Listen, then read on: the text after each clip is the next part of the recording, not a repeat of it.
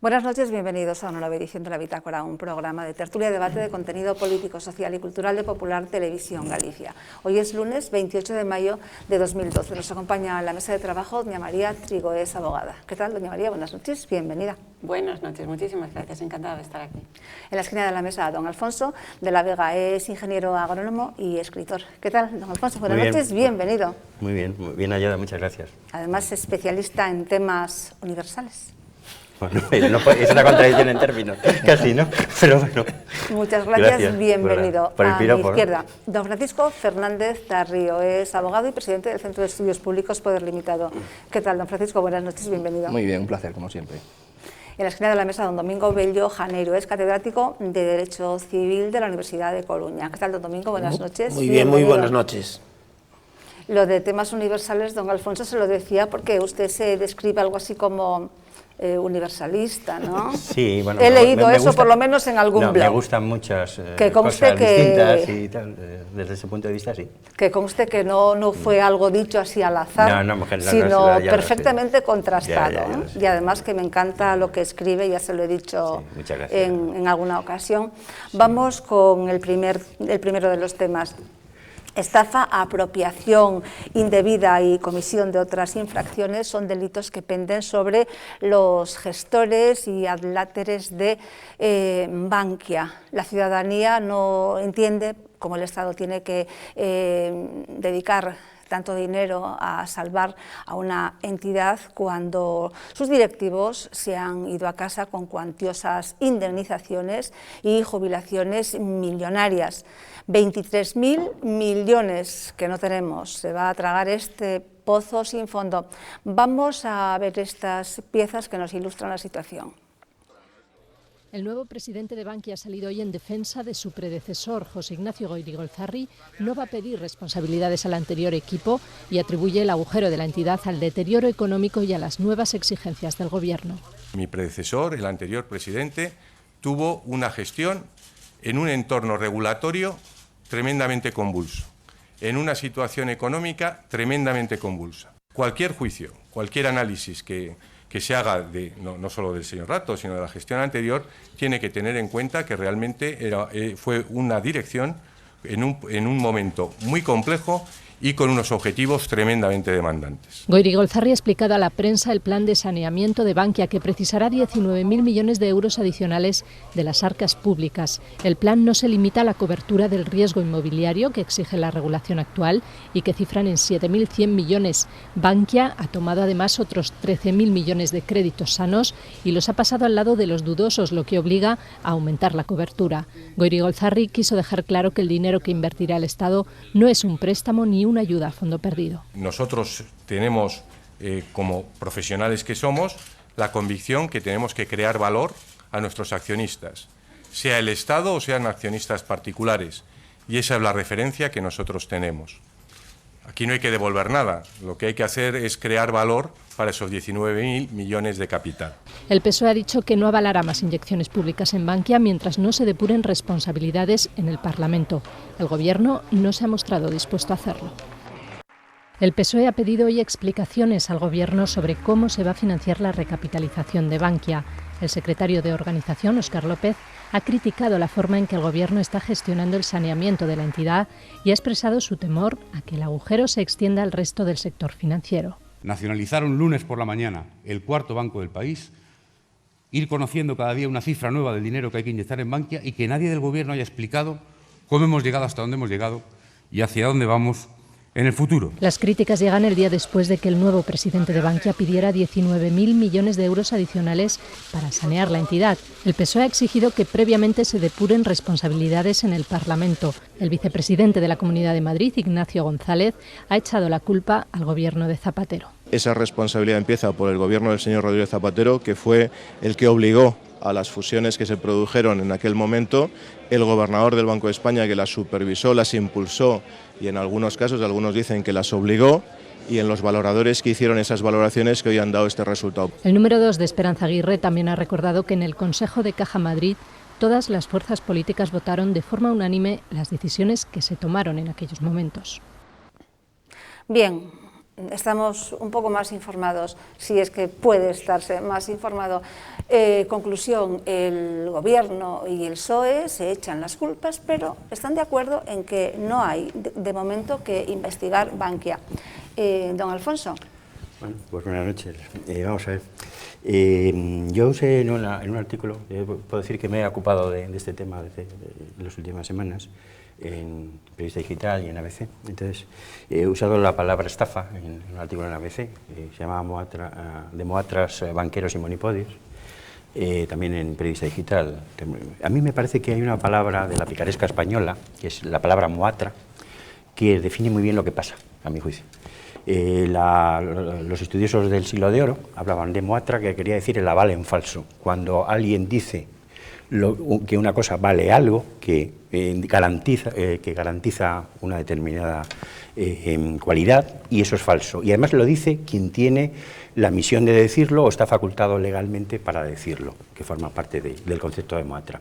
Aquí hay una gigantesca moatra en el sentido de que, más allá de la gestión defectuosa, que evidentemente la hay, en esa gestión defectuosa participan pues técnicos, empresarios, no sé si es la palabra adecuada en este caso, creo que no, pero bueno, técnicos, delegados de asociaciones políticas, sindicales, en fin. Hay un aspecto también de no vigilancia, o sea, se han estado dando por buenas determinadas cosas que se han demostrado absolutamente falsas. Eso, ahí entra el concepto de moatra nuevamente.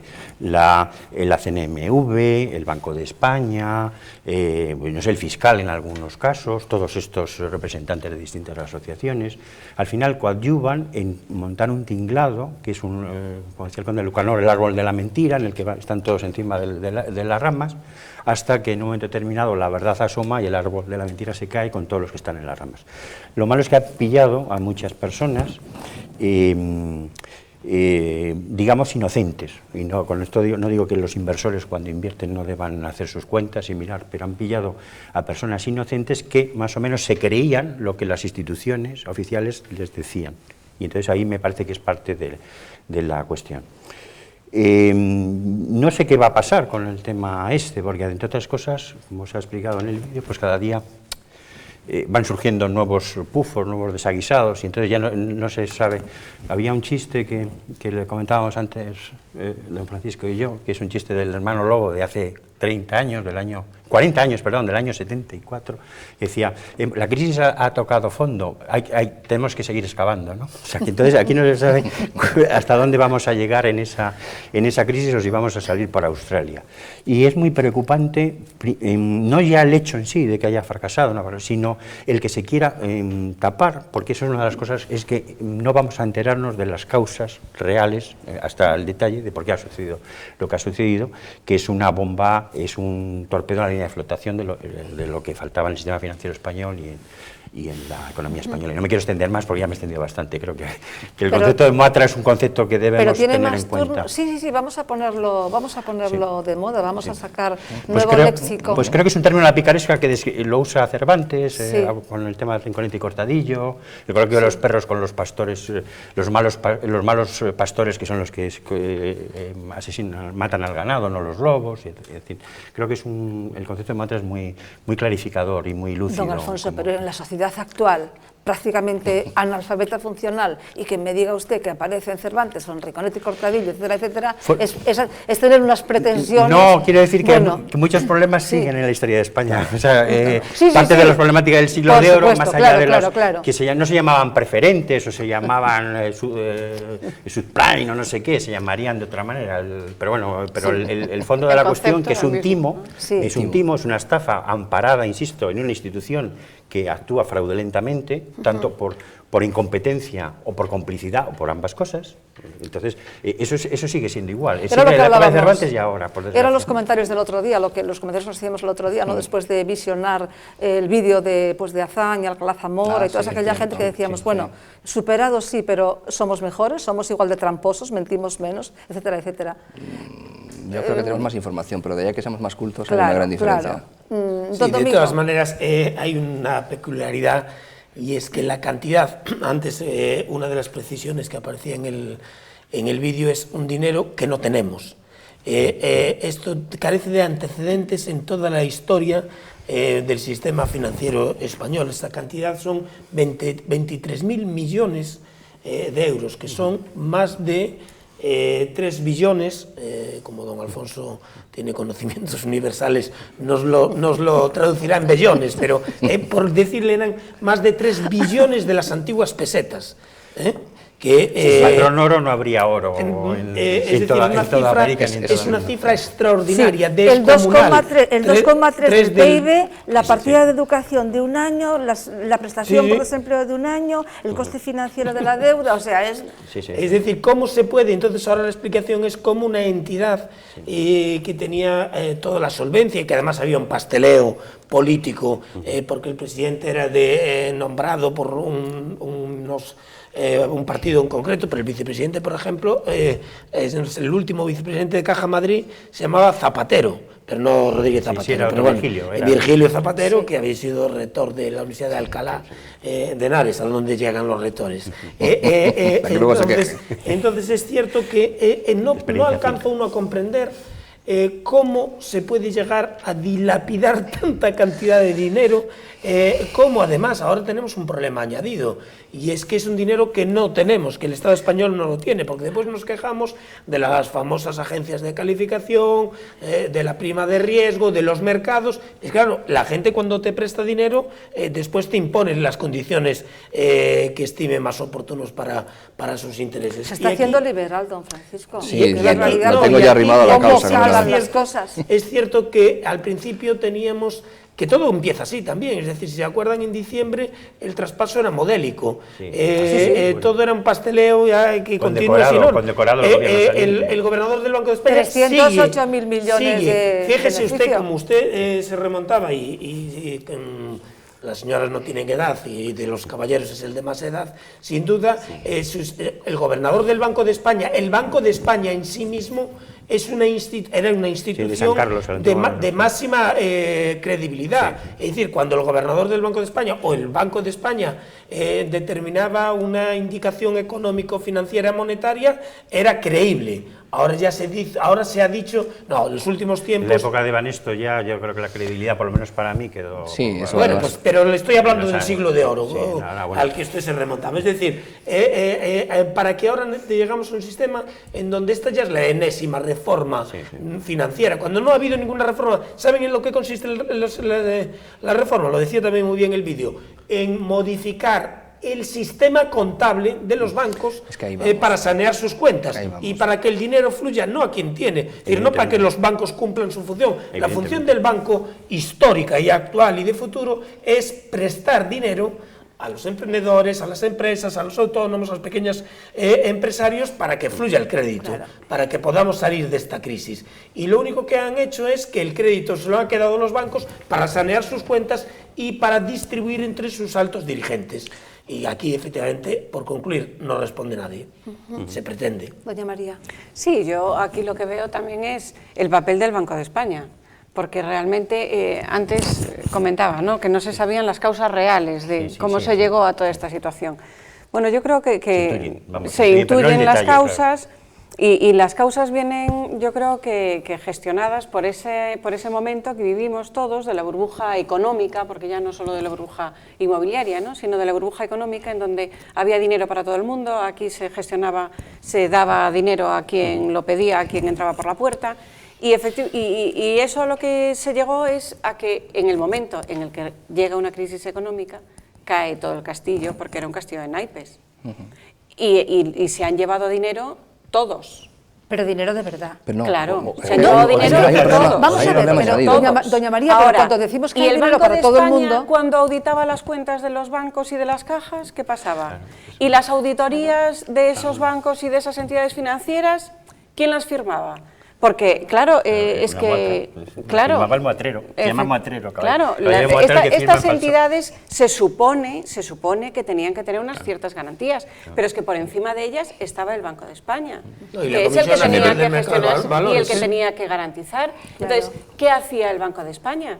Porque en el caso Banesto sí que llamó a capítulo a todos ellos y puso las cuentas encima de la mesa y gestionó e intervino. Con todas las salvedades del mundo. Se supone. Y si hubo una comisión de investigación de Banesto, cuando aquí parece que no procede de momento. Bueno, pero es que a mí lo que más me sorprende son las declaraciones de Ruiz Gallardón, que dice que se dará información en su debido momento, pero que ahora no compensa o no conviene por una cuestión de confianza. Vamos, se pudo quedar callado, porque claro, decir semejante cosa es poner a todos en alerta, ¿no? Claro. A saber lo que hay detrás para que no quieran dar la información en este momento. Bueno, lo cierto es que se robó mucho, ¿no? Bueno, yo creo que eso no cabe duda a nadie. Se robó mucho. No, pero como, vamos a ver, doña María, pero hay que decirlo, porque como estamos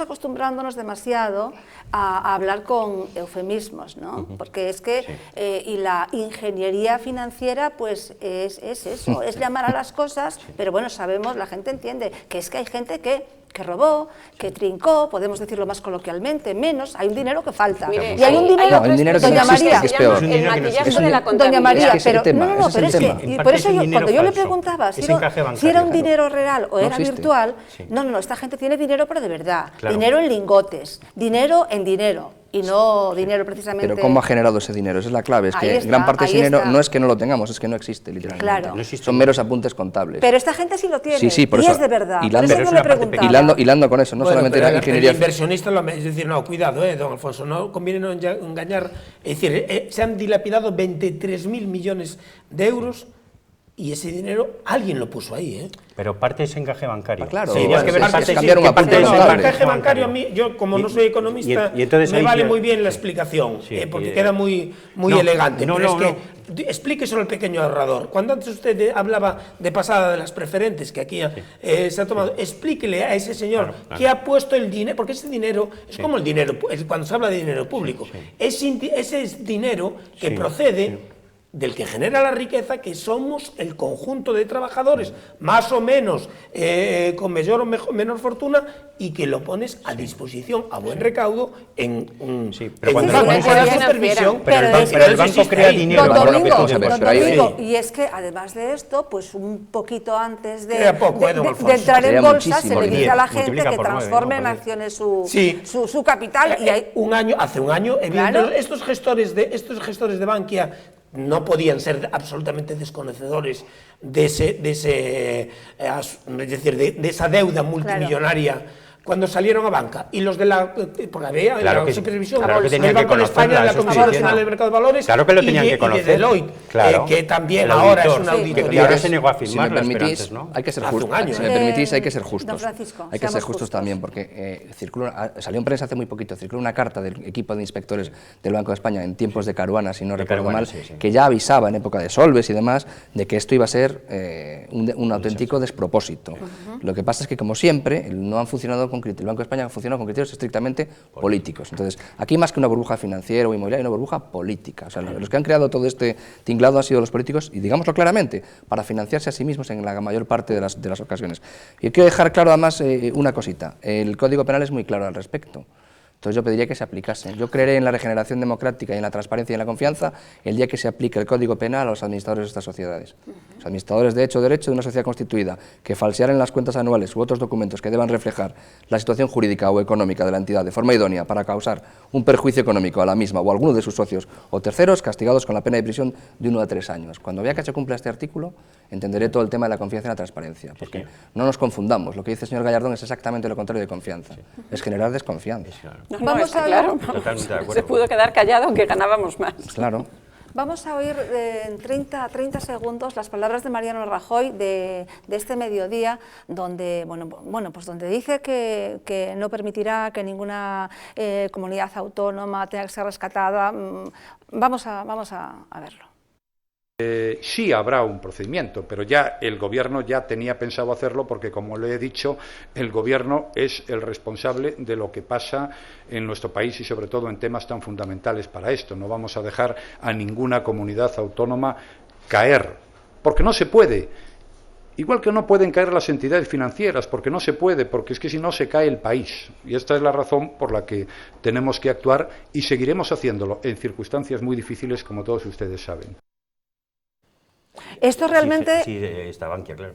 Esto es grave realmente, ¿no? Que no se puede dejar caer porque... Yo creo que es duro lo que voy a decir, pero... Es el mismo concepto de siempre, tampoco se puede dejar caer a una caixa o tal... Yo creo que no se cae el país, se cae la casta, que es algo diametralmente opuesto, ¿no? La verdad de las cosas es esa. La casta. Lo que se cae es la casta. ¿Por qué no va a quebrar una comunidad autónoma? Lo pusimos aquí el otro día. En Estados Unidos han quebrado estados 1 y 2 veces, California, Nueva York, Chicago, y no ha pasado nada. No se trata de huir hacia adelante. Oye, pues el que esté quebrado hay que decirlo, habrá que administrarlo, habrá que gestionarlo, como en un concurso. Se le va a decir, Cataluña está quebrada, pues mire, usted no gasta en esto, no gasta en esto otro, y empieza usted a recuperar el dinero. ¿Por qué demonios tenemos que salvar siempre el dinero de Juan Pueblo, salir al rescate de los políticos? ¿Pero por qué?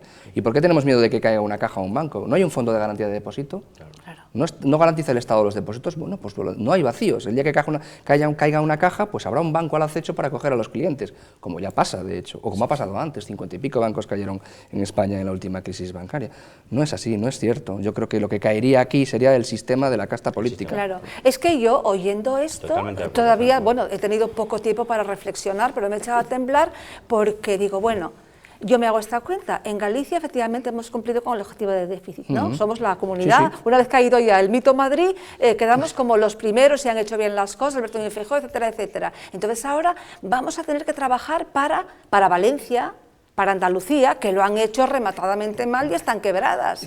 Cataluña debe en estos momentos también, 251% de sus ingresos anuales. Pero que estaría bien que lo hiciéramos. Cualquier empresa estaría absolutamente en quiebra. Pero el problema además más importante es, con ser muy importante, el saber qué es lo que podemos hacer para que no quiebre una comunidad autónoma o un banco, etcétera. Con ser eso importante, el problema para mí más importante es que ese dinero en estos momentos no lo tenemos. Es decir, ni siquiera podemos ponernos a pensar filosóficamente si pueden o no caer bancos o comunidades autónomas. Es que da igual, no tenemos 50.000 millones de euros o 30.000 millones de euros para poder salvar ni a Bankia ni a... Don Domingo, pues con otro tijeretazo en sanidad, en educación, en cualquier otro sitio. Yo creo que como decía el presidente Núñez Feijóo, si Cataluña fuese una nación realmente como ellos piden, ahora mismo estaría intervenida. Claro. Pero es que Magdalena dice, no podemos, sí, podemos ayudar a Valencia y debemos, esto es una unidad, es una nación, pero entonces tenemos que decirle, mire, yo le ayudo, pero usted no se gasta 260.000 euros en selecciones catalanas, usted no se gasta, o sea, si yo le ayudo y le doy dinero, yo controlo. Y que devuelva también, y si hay que intervenirla, se le interviene. Y que devuelva también un poco de lo que tiene entonces, porque hay que, claro, que devuelva un poco de lo que tiene, las cifras, ya que están hablando de Cataluña, son demoledoras. Cataluña en este año tiene que devolver, en lo que resta de año, 12.000 millones de euros. ¿Saben ustedes lo que significa? Tiene que devolver simplemente por vencimientos de deuda, exclusivamente por vencimientos de deuda. Pero me parece que es una lección de humildad para Cataluña. Más de la mitad de sus ingresos. Es decir, decía Artur Mas que si no se le ayudaba tenía que suspender pagos, como así efectivamente ha reconocido. Que luego ha tenido que, bueno, dicen que ha subido la prima de riesgo por las palabras, ha tenido que luego desdecirse, ha tenido que salir su compañero Durán Lleida, pues justificando un poco que no quiso decir aquello. ¿Me deja decir una cosa muy rápida, muy rápida? Sí. Aquí justificamos, el gobierno justifica la intervención de Bankia, una empresa, o sea, un banco, ¿no? Y dice, yo intervengo, pero como intervengo y pongo el dinero público, me pongo en el Consejo de Administración, es exactamente lo mismo que con las comunidades. Si Cataluña está quebrada, pues yo le doy dinero, pero intervengo directa y principalmente en su gestión, y usted va a gastar lo que yo le diga, cuando yo le diga, hasta que salga de la crisis, valga Cataluña, como pueda ser Asturias, Andalucía o quien sea, porque esto es una nación, dejémonos de tonterías, no vamos a estar dando dinero para seguir pagando las juergas. Lo cierto es que estamos viviendo una situación que no habíamos vivido nunca, y las cifras son... Sí, pero aparte hay aspectos internacionales en esta situación, creo, pero hay otros que son de defectos del sistema, no solo ya de gestión, que también, sino defectos del propio sistema, de la estructura político, económica, financiera española, aparte de los problemas internacionales, aparte de eso. Y entonces creo que tenemos que intentar diferenciar lo que son cosas nuestras, lo que son problemas generales, ¿no? Cataluña lo hace muy mal, pero también es porque el sistema español hasta ahora le permite hacerlo muy mal. Entonces, Hombre, parece que hay un principio de acuerdo entre todas las comunidades de poner unos límites y poner unas medidas, ¿no?, a partir de ahora para el tema de los gastos. Pero yo estoy muy de acuerdo en ese planteamiento. Si efectivamente el resto de España tenemos que poner dinero y tenemos que prestárselo a Cataluña, lo cual me parece, como decía antes, una lección de humildad para Cataluña, porque hasta ahora iban muy desobrados de que nos estaban salvando la vida al resto de los españoles, especialmente a Galicia. Pero si tenemos que prestarle dinero y si tenemos que apoyarles, que me parece estupendo, oye, que entre las comunidades nos apoyemos, pero entonces sí que también tendrán que hacer ellos una serie de dejación. También, y también es cierto, aunque eso se ha rechazado, que debería esto es un sistema doble, que debería de estimularse e incentivar a comunidades como por ejemplo la gallega, que ha cumplido perfectamente con esos objetivos de déficit, porque es que si no al final se te pone cara de tonto, es decir, aquí la gente se endeuda y al final termina igual de bien que eso sí que también está en la picaresca, que el que ha cumplido perfectamente, no, el que ha cumplido tiene que tener también unas bonificaciones y unos beneficios, porque para eso se ha sacrificado. Me parece un momento esto abierto, doña María, dejamos esto, es que ya llevamos casi la mitad del tiempo del programa. Una cosita muy pequeña. Me parece el momento muy oportuno para poner, por ejemplo, a los de Cataluña de manifiesto pues todo el tema este del catalanismo, del idioma. Si ahora van a recibir este dinero que es del resto de los españoles, que tengamos los mismos derechos cuando vayamos allí a Cataluña. Ya los han recibido. Estupendo. ¿No? Bien, pues vamos con el segundo de los temas. Hablamos también de dinero, pero a otra escala. Los coruñeses están que trinan desde que se enteraron que el ayuntamiento contribuye con una partida de 27.000 euros para que gays y lesbianas celebren su fiesta. Dicen los coruñeses que el que quiera orgullo gay, que lo pague, pero no desde luego con el dinero de sus impuestos. Don Francisco. Pues es muy cierto, si se retiran las subvenciones a todo el mundo, que sea a todo el mundo. Yo solo voy a poner un ejemplo encima de la mesa. En La Coruña ha habido una controversia muy grande sobre el tema de la feria taurina, y el ayuntamiento ha decidido que no va a subvencionar la feria taurina y que va simplemente a condicionar el costo coruñés y después la empresa que se pague lo que se tenga que pagar. Pues hombre, eso lo entendería si lo hacen para todo el mundo. Bajo ese criterio, y sin entrar en cuestiones de fondo, ¿por qué yo tengo que dar con mis impuestos nada más y nada menos que casi 5 millones de las antiguas pesetas para hacer unas cabalgatas de un día del orgullo gay? Estoy muy de acuerdo en que ellos se manifiesten libremente y hagan lo que tengan que hacer, pero cada uno que se pague su orgullo, ¿no? Yo creo que...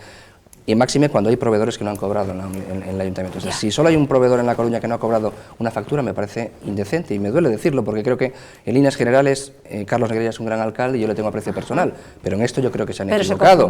Se han equivocado de cabo a rabo. Si hay un proveedor que no ha cobrado, no se puede entender cómo se gastan 27.000 euros en una manifestación que, por otra parte, el que lo quiere hacer que se lo pague. Yo mañana hago una manifestación de orgullo de abogados con doña María y pues usted y yo nos pagaríamos la pancarta, entiendo yo, ¿no? No, que nos lo paguen, que nos lo paguen. No tiene ningún sentido. Bueno, pero ahora hay un precedente ya y ahora ya pueden acudir a pedir tenemos que hacer el orgullo de los abogados y adelante. Don Alfonso, usted, como dice don Domingo Coste, como tiene ideas universalistas, hay que esto se hacía ya pues en la última etapa de los romanos, las fiestas dionisíacas y demás. No, más que bueno, hay un aspecto dionisíaco, las Saturnales quizás, ¿no? Sí, no, las Saturnales, bueno, sí. Y hay un aspecto, pero además era así con homosexuales, porque una de las maneras que tenían primero en Grecia y luego en Roma para controlar la población y que nunca hubiera ni defecto ni exceso era el fomento de las relaciones homosexuales. Sí, bueno, incluso había ritos, por ejemplo, los sacerdotes de Cibeles tenían que emascularse voluntariamente para ser sacerdotes de Cibeles, y no podrían ser, o sea, había ritos relacionados con estos, que es el contrarrito de la fertilidad. Muchos de los ritos mistéricos antiguos son a favor de la fertilidad, como el de Eleusis, por ejemplo, el mito de la madre, de la Virgen Madre o de la Madre en general, que es un rito fértil, hacia la fertilidad, relacionado con la agricultura, pero en cambio estos son ritos contra la fertilidad. Sí, que no es nada ni moderno, ni progresista, ni nada. No, vamos a ver, a mí es que yo hay una cosa con... Vamos con el dinero sin querer ofender, por supuesto, a nadie, no es mi intención en absoluto, pero yo, en el aspecto lingüístico, yo lo de orgullo gay no lo entiendo, o sea, yo puedo estar orgulloso de un mérito, de algo que he conseguido, pues con mi esfuerzo, que es un logro, que es pues he conseguido pues una vacuna para la... no sé, algo que tenga un... Pero estar orgulloso por una cuestión que no es de mérito, no sé, no lo entiendo, o sea, me choca en su propia coherencia lingüística, ¿no? Y entonces, ya no entiendo el hecho en sí, pero eso en primer lugar. Alfonso, eso sí que es una contradicción términis, sí, totalmente. Lo de orgullo gay. Claro, no, a mí sí me parece que no tiene, no lo sé, con todo respeto, vaya, pues oye, es gay como es lo que sea, ¿no? O rubio, calvo o lo que sea, como yo, ¿no? O sea, bueno, pues muy bien, yo soy calvo, pues perfecto, no estoy orgulloso ni orgulloso, pero yo no pretendo que haya una manifestación de calvos por La Coruña diciendo pero oígame, mucho menos que le paguen la manifestación. Que me paguen la manifestación. Si debe estar subvencionada, vaya. Para mí es que yo y luego si hablamos de otros temas voy a decir lo mismo, cada palo que aguante su vela. O sea, yo soy partidario de que no haya subvenciones en principio, salvo determinados casos muy concretos y para fines muy claros y muy benéficos, y que cada palo aguante su vela y que cada cual sea autorresponsable de sus ingresos y de sus gastos. Y así nos evitamos problemas, cada uno financia lo que cree que debe financiar. Sí, yo tengo para empezar, el mejor concepto del alcalde y del equipo de gobierno, porque lo ha venido demostrando en el escaso año de gobierno, ha demostrado cómo... algunos que son de La Coruña lo saben perfectamente, durante casi los últimos 20 años se estaban pagando por un aval innecesario en el paseo marítimo más de 24.000 euros al año. O sea, habían mantenido con un parque móvil automovilístico para el equipo de gobierno, básicamente, que ahora además ha salido a subasta, también multimillonario, es decir, 50.000 euros. Por eso no se entiende esto. Don Domingo, vamos a ver, el elogio a Negreira, desde luego, lo elogiamos. No, al revés. Pero vayamos con esto. Se estaban manteniendo, que ahora han desistido con un seguro absolutamente elefantisíaco, que no existía ni en la época esa a la que usted se refería, para los funcionarios, un seguro privado de mantenimiento, 80.000 euros. Por lo tanto, efectivamente, eso lo decía porque en ese contexto subvencionar con 27.000 euros un desfile, decía la concejala, por la que también siento respeto y aprecio, que para superar la discriminación como gesto de tolerancia, etcétera, yo quiero pensar en esta gestión económica que ello reportará algún beneficio, es decir, en el ámbito de la hostelería, etcétera, que no es una como tal, no lo sé, porque si no, efectivamente, sería fácilmente no sería fácilmente sostenible, ¿no? Es fácil saberlo. No creo. Esto al margen del fondo del asunto. Lo que dice la concejala es discurso de la izquierda pura y duro. Y del lobby gay. Del lobby gay, pero de la izquierda también en general, lo de la discriminación, tal. Y claro que es que la derecha luego lo interioriza y lo repite, y repiten como loros eso. Y ella dice eso. Yo estoy cansada, y lo he escrito, de decirle a las mujeres de la derecha, que no tienen ni idea de por dónde les vienen los tiros. De todas maneras, Magdalena, si me permiten, para saber lo que dice don Domingo es muy sencillo. Yo quiero ver en qué se gastan, o sea, qué facturas devuelve la organización del evento de esos 27.000 euros y por qué conceptos se gastan. Es una cosa que cuando lo sepamos lo veremos. Yo no creo que se busque tanto una rentabilidad. Por eso primero lo digo. Social y segundo hostelera, sino más bien una rentabilidad política. Y aquí Carlos Negreira lo que está intentando es acercarse pues a ese sector de población que, como el Partido Popular pues tiene una concepción un poco o parece que la derecha pues es la derechona, pues entonces acercarse a ese movimiento gay para ver si así los pueden atraer. Total, se está equivocando totalmente. No tiene asesores. ¿Por qué no le pasa a Rajoy a alguno de los 600? Que parece que sí, que tiene Rajoy. Saben de todas maneras que están repitiendo orgullo gay y no se está llamando así, ahora se llama LGBT. Porque es orgullo de lesbiana, gay, bisexual y transexual. Y transexual, sí. Ahora ya cada vez más. Si quieren ser normales, lo principal es pagar sus facturas, ¿no? La mejor muestra de no discriminación es no tener que ayudar. Claro. No, yo si se quiere ser normal no hay que salir a la calle a nada. Por eso. Porque usted no va a salir, y si sale usted se lo ni paga. van a salir los calvos, ni va a salir por eso, nadie. Por eso. Entonces, Bueno, por alusiones. Claro. Sí, bien, pues lo dejamos aquí. Desde luego defendemos al señor Negreira y alabamos su gestión. Sabemos que no utiliza coches oficiales, que va en taxi andando, bueno, en metro no porque no hay todavía, pero si no también cogería el metro. Pero claro, esto nos hemos llevado las manos a la cabeza cuando nos enteramos de la noticia. Bien, pues los socialistas siguen agitando con el IBI de la Iglesia. Lo malo es que algunas cadenas generalistas nacionales pues están manipulando todo esto, mezclando mentiras con verdades y tergiversando la información.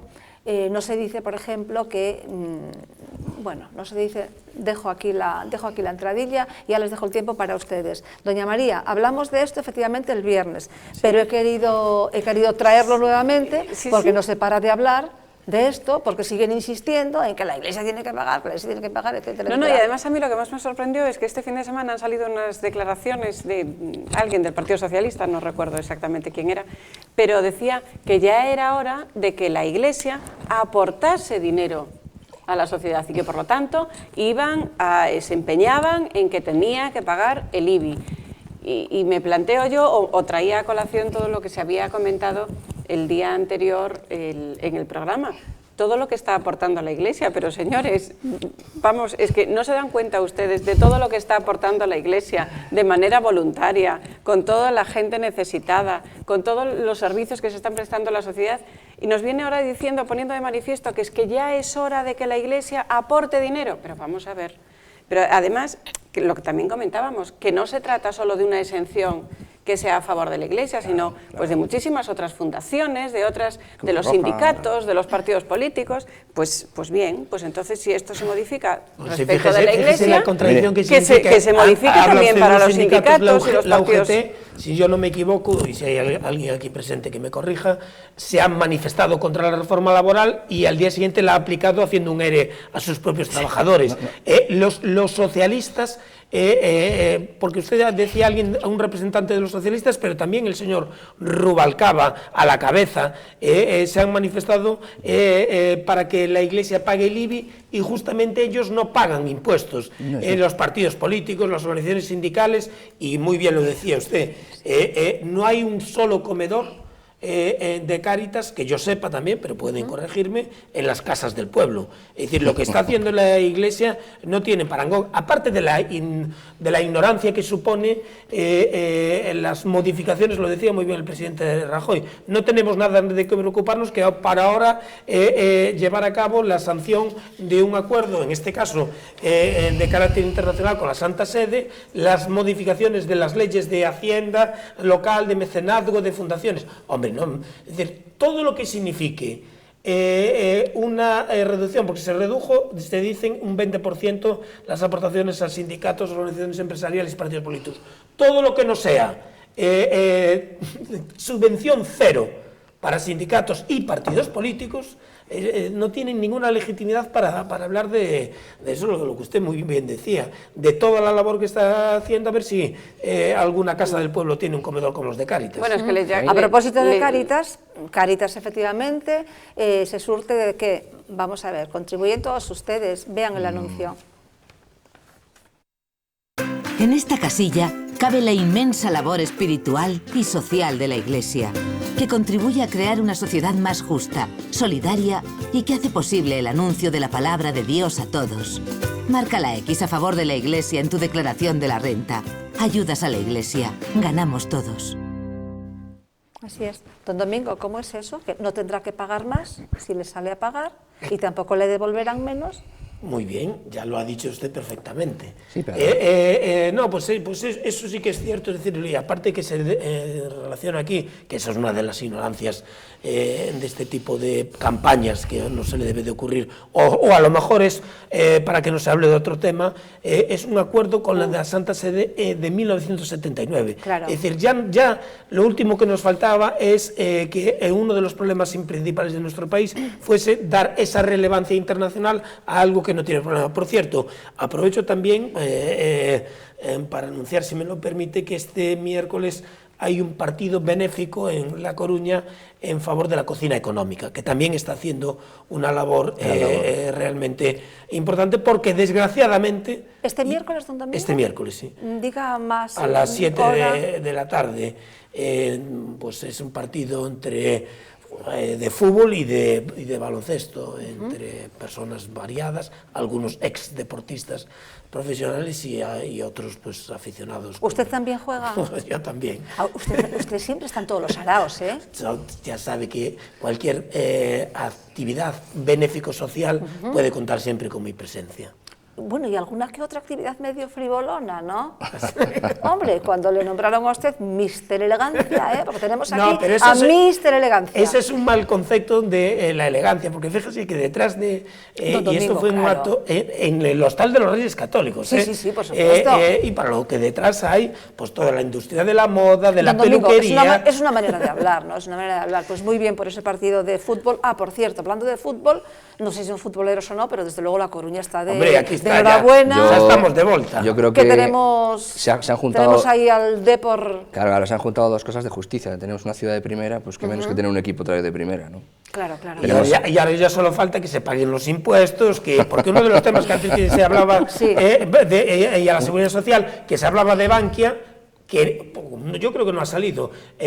Ustedes saben que el famoso fichaje del jugador más caro, este es Cristiano Ronaldo, fue pagado con fondos de Bankia. Sí, lo pagaremos todos los españoles, bueno, es cierto. Es un dato que me deja para el próximo programa que seguiremos con esto. Estamos ahora con el tema del IBI de la Iglesia y toda esta manipulación, porque claro, esto vende mucho, crea morbo, la Iglesia en entredicho, etcétera. A mí, si me permiten, porque hay que poner nombres y apellidos, el primer secretario del Partido Socialista Catalán, Pere Navarro, tiene más cara dura, que tiene la cara de cemento armado, porque defiende que él va a cobrar a la Iglesia, que hay que tratar a todo el mundo igual, pero cuando le pregunta al periodista la posibilidad de cobrar la misma tasa a partidos políticos y sindicatos, dice que no, porque forman parte de la estructura de la democracia y no son entidades privadas, y no es lo mismo la Iglesia que los partidos y los sindicatos. No, claro, lógicamente no es lo mismo. El señor Pere Navarro es un perfecto cara dura, por no llamarle un perfecto sinvergüenza. Nada más un dato, que lo tengo de Madrid, de los 100.000 millones que ingresaría, si se cambia la ley de mecenazgo, la Comunidad de Madrid, solamente 5.000 pertenecerían a la Iglesia. Pero además hay un error. Si tenemos en cuenta la cantidad de millones que... Sí, una pregunta que yo le traslado al resto. ¿Cómo el sinvergüenza de Rubalcaba puede decir nada y por qué no lo hizo en los últimos 8 años? Ferraz no o en el 82 cuando ya era ministro. Don Domingo, Ferraz fue incluso hasta ministro de Educación. Ferraz no paga IBI. Porque estaba demasiado atareado, persiguiendo y recabando información de los españoles y con los faisanes. Hay que dejar siempre meridianamente claro que la Iglesia se financia con sus fieles, lo que hace es tener un acuerdo con el Estado para, en función de la liquidación anual que haga, devolverle o no el dinero que previamente han depositado sus contribuyentes, porque hay una gran mentira en eso también. Me gustaría ver la misma transparencia en la financiación de la Iglesia, me gustaría vérsela aplicada a los partidos políticos y a los sindicatos. Bueno, continuaremos hablando de todo esto, porque seguramente que van a seguir insistiendo. Yo no sé, me parece que era hoy, cuando empezaban a presentar en todos los ayuntamientos de España, los socialistas, mociones precisamente para que les cobren ese IBI, cosa que no puede hasta que no se cambie la ley en el Congreso, ¿no? No, por supuesto. No pueden. Pero bueno, es una manera de salir en prensa y de estar en los medios de comunicación. Para los de Bankia, encantados. Esta cortina de humo, para los de Bankia, fenomenal. Bien, pues la final de la Copa del Rey entre el Barça y el Atlético de Bilbao fue el detonante o la disculpa para que los nacionalistas excluyentes pues manifestasen su antiespañolismo, escenificando pues una gran pitada al himno y desde luego unos insultos a la presidenta de la Comunidad de Madrid, Esperanza Aguirre, que no son repetibles. Este detalle, este caso, este hecho, yo quería sacarlo aquí para hacer la siguiente pregunta y que debatamos un poco sobre esto. ¿Puede cada uno hacer lo que le da la gana en cualquier momento? Porque estamos asistiendo un poco a esto, ¿no? Que cada uno hace lo que le da la gana. Ya veo que ustedes estuvieron todo el fin de semana para acá, para allá, pero con los móviles, con el foro. La final eso no la vi porque estaba en una finca en Toledo, fuera de cobertura, digamos, no la vi, ¿no? Y tampoco, ¿En un cigarral? No era un cigarral, era más al norte de la provincia, no cerca de la capital, en una zona la Sierra de San Vicente, por la zona lindando con la parte de Gredos. Yo también estaba de viaje, pero aunque estuviera aquí no lo hubiera visto. Pero vamos, no lo vi. Pero vamos, yo creo que parte de la cuestión está también un poco en la semántica. No es lo mismo tolerar que consentir. Entonces, aquí se confunde tolerar con consentir. Y lo voy a intentar explicar. Tolerar es una cualidad del fuerte, es una virtud, del fuerte intelectualmente y del fuerte en cuanto que tiene entereza moral para aplicar los principios. Y el consentir, en cambio, es un defecto del cobarde, del débil, o del que no tiene claro lo que se puede hacer o no hacer. Por ejemplo, nosotros toleramos pues, que esta pluma tenga tantas micras de longitud, no pase más, no pase menos, o tal tornillo, o tal pieza, o tal cuestión. Pero no podemos tolerar algo que sale de esos límites porque entonces estropea el sistema. Entonces, tolerar, insisto, virtud del fuerte y claro desde el punto de vista intelectual lo que se puede tolerar y lo que no. En el caso español y en el caso concreto, a mí me parece que se está consintiendo y se está considerando como tolerar lo que es consentir, que es una cosa de cobardes o de débiles. No. Entonces, bueno, ¿hasta qué punto se pueden tolerar las críticas? Yo soy el primero que critico, no me importa que me critiquen siempre que sea educadamente. Por tanto, me parece bien la libertad de expresión, por supuesto, me parece bien las críticas.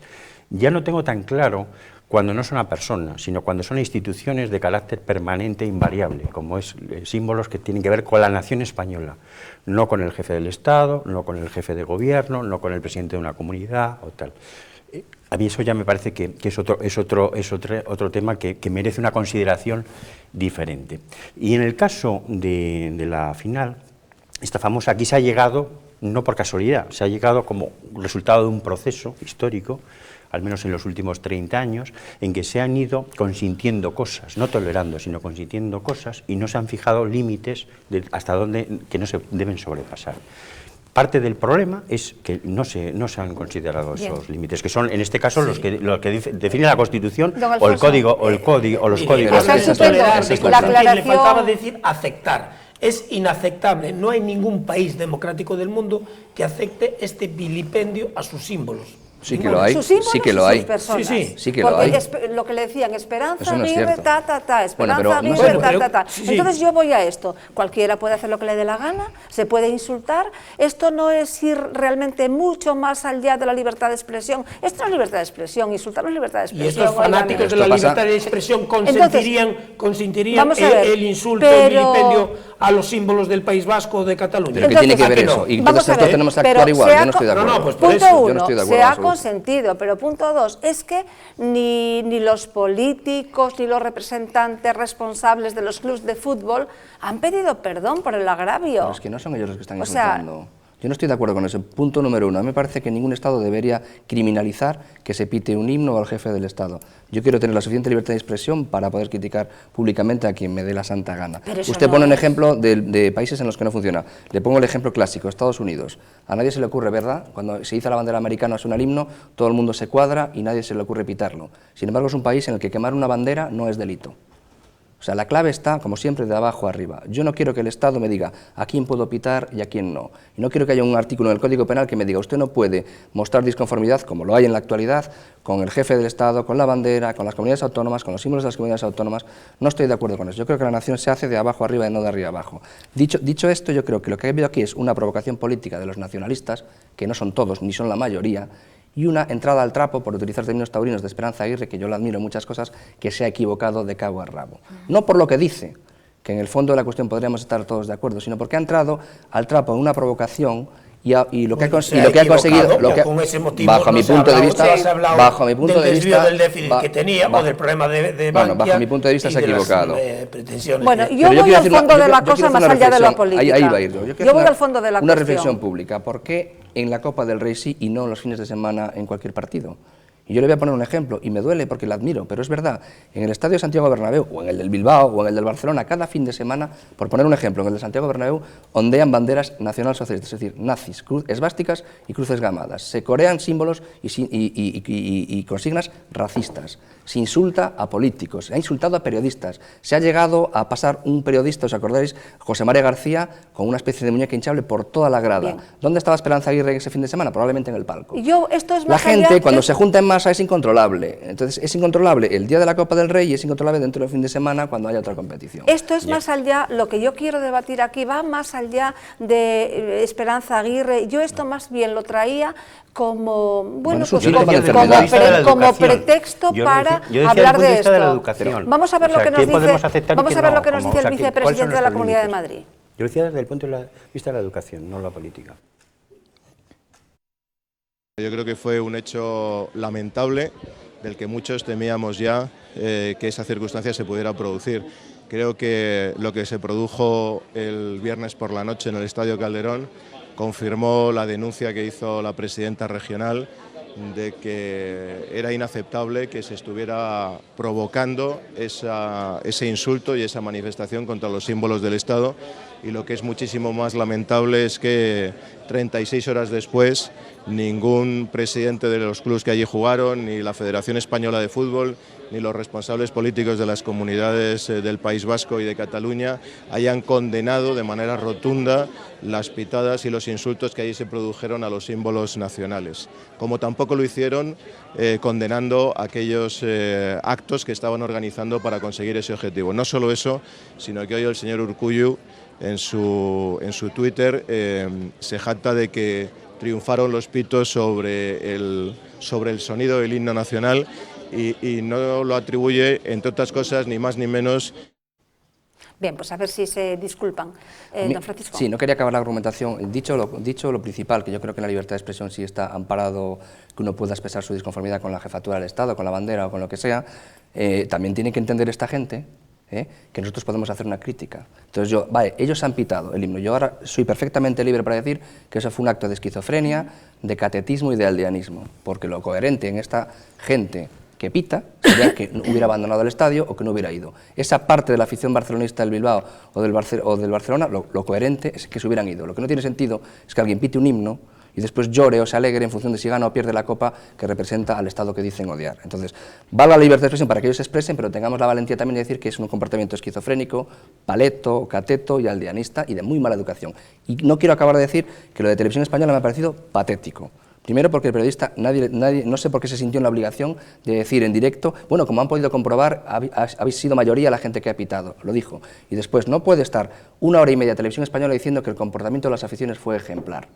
Fue ejemplar entre ellas, porque no se agredieron, pero fue manifiestamente de una gran mala educación y muy poco ejemplar, como educación, el pitar el himno o la bandera. Insisto, yo creo que es libre la persona de hacerlo, pero somos muy libres de decir que es un acto de mala educación y que es un acto de aldeanismo y de esquizofrenia política absoluta. Eso fue en Televisión Española. Totalmente. Pero fue una manipulación total. Pero es que porque cortaron la pitada. Sí, pero cada 2 por 3 decían que el comportamiento de las aficiones había sido ejemplar. Claro, pero yo lo he visto en Telecinco, que lo pusieron, grabado por sus cámaras, y desde luego la pitada era impresionante, y yo no estoy de acuerdo en que en Televisión Española pues te presenten una realidad distinta. Hablaba usted de Estados Unidos, que efectivamente quemaron la bandera, no es delito, pero que nadie la quema.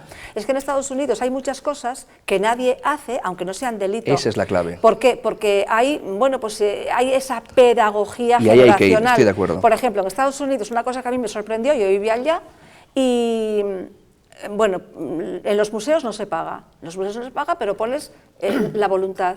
Pero a nadie se le ocurre irse sin dejar, pues, por lo menos $5. Eso es pedagogía. Es el calvinismo. Es que es así. Hay 2 temas y en Estados Unidos, antes de... En Estados Unidos, antes de, bueno, pues antes del 11S y toda esta paranoia del terrorismo y demás, de la seguridad, tú llegabas efectivamente allí y decías, me llamo Francisco Tarrillo y tengo una habitación.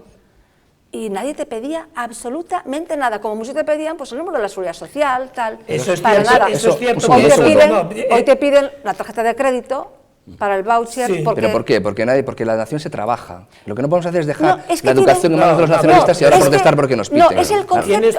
Pero hay que trabajar la nación. Don Francisco, personal, es porque la mentira, es la mentira. Por eso el perjurio sí que está tan mal considerado. Eso sí que es cierto que tiene que fomentarse mucho esa educación de la sociedad civil y de la ciudadanía sobre la base de la confianza mutua, de la fiducia. Y de la unión. Porque usted lo habrá visto y todos lo hemos visto, además en las películas, por ejemplo, cuando el periódico diario está en la calle y cada uno lo puede recoger y pone el dólar correspondiente. Sí. Aquí, seguramente, si no se cambian los mecanismos intelectuales y educativos, pues uno cogería 10 y los revendería, y si es uno de los responsables de los bancarios, peor todavía. Pero sí es cierto también que, lo decía usted con toda rotundidad, porque hay una filantropía derivada también de la Fundación Smithsonian, que tiene las redes de museos mejores y gratuitos de todo el mundo, ¿no? Especialmente. ¿Cuánto daríamos por visitar los sótanos del Smithsonian? Porque allí van, no sé si saben ustedes que a los sótanos del Smithsonian van todos lo que llaman objetos erráticos, que no tienen explicación. Y entonces, bueno, pues allí hay una cosa increíble, que yo daría algo por visitarlo. Déjame decir una cosa muy grave, muy breve. Estados Unidos trabaja a su nación, les explica a los niños cuál es su historia, una historia para todo el país. Lo que no podemos hacer es dejar 30 años la educación de lo que significa España en manos de los nacionalistas y asombrarnos porque piten el himno la afición vasca o catalana. Entonces, menos asombrarse a última hora y más trabajar desde abajo la educación. Educación. Doña María, que le quería contestar, y nos vamos a otra cosa, la última. Yo creo que la clave está ahí, en la educación. Vaya por delante que yo no he visto el partido. Pero... Yo debo de ser el único, pero sí, el único. Pero lo que sí no me cabe ninguna duda es que este tipo de expresiones, que aunque es cierto que tiene que haber libertad de expresión, también tiene que encauzarse debidamente. Y a lo mejor no era ni el sitio apropiado ni el momento más oportuno para poder hacerlo. Entonces, pero eso tiene que venir también de cada uno personalmente. Y entonces ahí es donde volvemos otra vez al tema de la educación y la educación en valores. Porque efectivamente todos tenemos la libertad para expresarnos y manifestar nuestras opiniones y nuestros cometidos. Pero sí hay que saber en dónde, en qué momento y de qué manera es la más oportuna. Quizá yo creo que ahí Esperanza Aguirre efectivamente fue provocadora, le convino en un determinado momento ser provocadora para crear esa cortina de humo y que no se hablase de su tema económico, ¿no? Pero bueno, independientemente de que se haya provocado o no se haya provocado, lo cierto es que la libertad de expresión tiene que existir, pero también bien encauzada. El límite es el Código Penal. Bien, pues estos dos caballeros, don Alfonso y don Francisco, se dieron gusto la tarde del sábado con los... En el grupo de correo de Poder Limitado. Con los comentarios en el foro de Poder Limitado. Sí. Muy bien, vamos entonces con el último de los temas de la noche. Durante la misa de Pentecostés, su santidad Benedicto XVI señaló que la Iglesia debe ser en estos momentos un punto de encuentro y de unión entre las personas que estamos viviendo en estos momentos o reviviendo el episodio bíblico de la Torre de Babel. Señaló además que en estos tiempos donde hemos avanzado tanto en las comunicaciones, que prácticamente han desaparecido las distancias y las fronteras, sin embargo nos es difícil muchas veces comunicarnos entre las personas cercanas. Don Alfonso, por usted. Bueno, vamos sin entrar en las palabras del Papa, ¿verdad? Que no prefiero no entrar. ¿Cómo que sin entrar? No, porque quiero decir, el tema de la Torre de Babel... Diga lo que quiera. No, sí, desde el punto de vista en España, sin entrar en el ámbito ecuménico universal, en España sí, lo de la Torre de Babel en cierto modo es un hecho claro en los últimos años, ¿no? En la medida en que se están creando taifas disjuntas artificialmente, porque siempre ha habido particularidades regionales o locales, y además es bueno que en la medida que enriquecen el conjunto es bueno que las haya, por supuesto, pero se han creado elementos disjuntos, ¿no? Y entonces la Torre de Babel hasta cierto punto es inducida. Un caso de Torre de Babel, a mi juicio demencial, es el Senado, por ejemplo, con el tema de los estos, me parece que es una barbaridad. Y el tema, digamos, espiritual, sin entrar a comentar, porque es que no me parece que sea oportuno que lo haga yo, las palabras del pontífice. Pues dejamos entonces a doña María que lo haga. Bueno, sí, iba a hacer una cosa espiritual, pero no desde el punto de vista religioso en concreto.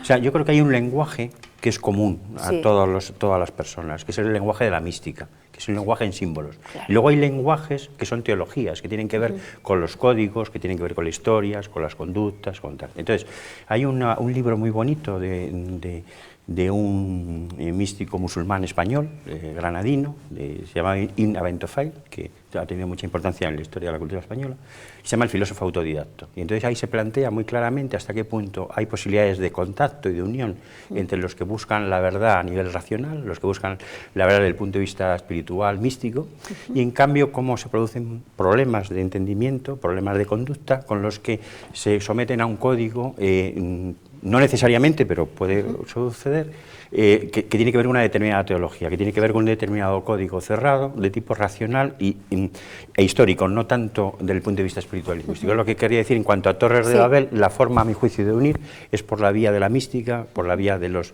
símbolos y de los valores espirituales metafísicamente expresados por la forma de la poesía, del arte y demás, más que por la teología, es mi opinión. Sí, de todas formas, Benedicto X... de tolerancia. Él, yo creo que, interpretando las palabras, lo que hablaba era de que cada vez, fíjese, que estamos en un mundo más tecnológico, más avanzado, pero cada vez estamos más alejados los unos de los otros. Claro, y él propugnaba ese diálogo, porque la referencia me parecía muy oportuna, a la Torre de Babel como un rey, el paisaje bíblico que ilustra un reino en el que cada uno, pues los hombres, cada uno de ellos piensa tener por sí mismo, por sí solo, poder como para, incluso como para abrirse o para llegar ellos por sí solos al cielo, prescindiendo de Dios, de los demás, prescindiendo de Dios, digámoslo claramente. Y del prójimo también, es decir, porque aquí hablaba incluso de los diálogos, ustedes que están tan conectados con las nuevas tecnologías, que efectivamente es un adelanto, yo también. Usted no lleva ahí una pizarra, precisamente. Pero también eso que nos sirve de instrumento, nos puede servir también, y lo saben perfectamente, para alejarse a la persona que tenemos más cercana. Y eso yo creo que eso es una buena enseñanza, aunque solo sea eso, es decir, que estamos todos juntos y que no se pueden construir aquí, efectivamente. A mí me gustó mucho porque además es dicho algo que nos está ocurriendo todos los días. Familias de 4 o 5 personas y que se cogen la cena y a la habitación, se cogen la cena y a la otra habitación, y que no están juntas, precisamente porque cada uno va a su aparatito a ver, pues, o bien en el iPad o lo que sea, ¿no? Claro. Don Francisco. Eso es una de las realidades de la tecnología. Pero la Iglesia como lugar de unión, comprensión entre las personas. Vamos a ver, lo de las tecnologías es cierto, es una de las caras de la moneda de la tecnología, la otra es también que acerca a mucha gente y hace una gran labor, hay mucha gente que está sola y también se siente acompañada gracias a las nuevas tecnologías. También se han creado lazos de afecto y de unión entre las personas gracias a las nuevas tecnologías, incluso la propia Iglesia las ha utilizado. El problema es la persona, es decir, yo creo que lo que se manifiesta aquí es que un hombre que cree que su límite es él mismo, está condenado al fracaso. Tenemos que tener un límite superior, es un límite de esos valores a los que hacía referencia Alfonso, o de los católicos, que nosotros creemos que ese límite, nuestro límite por encima de nosotros está Dios, es así. Y todas las personas que no tengan más límite que sí mismos, pues acaban indefectiblemente en una especie de Torre de Babel y un egoísmo que hace que dos personas que estén una al lado de la otra, no hace falta que tengan nuevas tecnologías, no se entiendan o no hablen el mismo idioma, o lleguemos a la gran paradoja, y esto en España sabemos un montón, de estar en una mesa 5 o 4 personas sabiendo un idioma común y hablando cada uno diferente, cuando lo principal es ayudarse y crear lazos de unión o tramas de afectos, ¿no? Eso Espero que no sea aquí en esta tertulia. Aquí en esta tertulia somos todos libres. Doña María, el otro día, el viernes, hablamos de, ¿recuerda?, del Espíritu Santo en nuestra oración. Sí. Sí, bueno, pues... Ya sabe que yo soy bastante más práctica e intento interpretar las palabras normalmente del Papa o las palabras que nos vienen a través de la Iglesia a lo que es la vida misma, sí, ¿no? sí. Y si efectivamente nos basábamos en las nuevas tecnologías, pues qué duda cabe que las nuevas tecnologías pueden acercarnos mucho. Son muy buenas y como todo, pues tiene su lado positivo y tiene su lado negativo. Lo que sí tenemos que aprender es a utilizarlas positivamente, ¿no? Para comunicarnos y para unirnos, efectivamente. Claro. Ahora bien, la Iglesia siempre es el ejemplo a seguir. Y en este caso me gustaban mucho las palabras que antes comentaba de la Iglesia como punto de encuentro, porque qué duda cabe que la Iglesia, el servicio que presta en este momento la Iglesia, es un punto de encuentro para toda la sociedad. En ningún servicio que preste la Iglesia se pregunta ni por la ideología política, ni por la ideología religiosa, ni por la ideología o el género sexual que pueda tener cada uno, ¿no? Sino que se presta el servicio... Más que el género, la inclinación, ¿no? Póngalo usted entre comillas porque es ahora mismo de lo que no disperse, don Domingo. De lo que se habla, ¿no? Pero sí que es un punto de encuentro para toda la sociedad y ahí se da ese servicio gratuitamente a toda la sociedad. Y la Iglesia se dirige a toda la sociedad como punto de encuentro para todos, independientemente de la ideología que tengamos. Quizá eso nos tiene que servir de ejemplo también para llevarlo a nuestra vida misma, ¿no? Que a mí siempre me gusta llevar las cosas a lo práctico. Y vivir la fe en colectividad, que también es muy importante eso, ¿no? Claro. Bien, pues entonces hasta aquí la tertulia de hoy.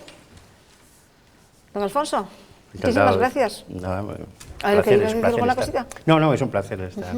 Bien, pues nada, que sepa que le seguimos en sus artículos y nada, muy interesante, que siga ahí publicando en Periodista Digital y en ABC y a través de su blog Herberia, ¿no?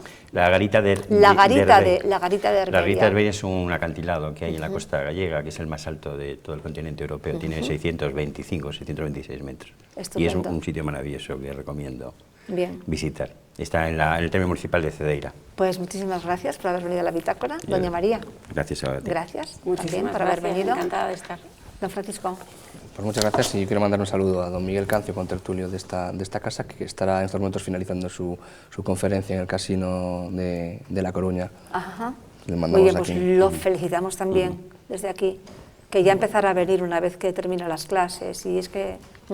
Muy bien. Don Domingo, pues muchísimas gracias. Muchas gracias y muy buenas noches. Gracias a ustedes por acompañarnos un día más. Nos despedimos hasta el miércoles. Estaremos con ustedes a eso de las 10:30. Que sean felices.